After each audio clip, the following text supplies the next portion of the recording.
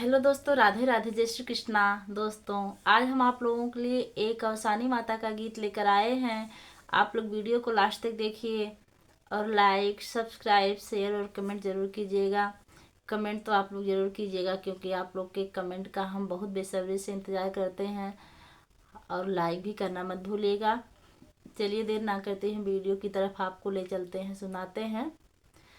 हाथ जोड़ी गुण धरी बिनती बहुत करी, हाथ जोड़ी गुण धरी बिनती बहुत करी, होई जा तू हम पे दयाल अवसानी मैया, होई जा तू हम पे दयाल अवसानी मैया।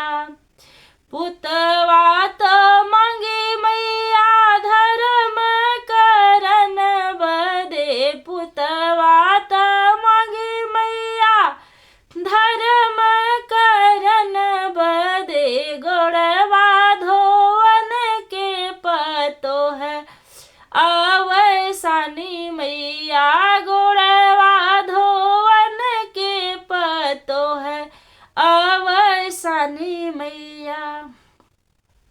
धियवा तो मांगी मैया धर्म करन बदे, धियवा तो मांगी मैया धर्म करन बदे, घोड़े चढ़ी आवही दमाद अवसानी मैया, घोड़े चढ़ी आवही दमाद अवसानी मैया।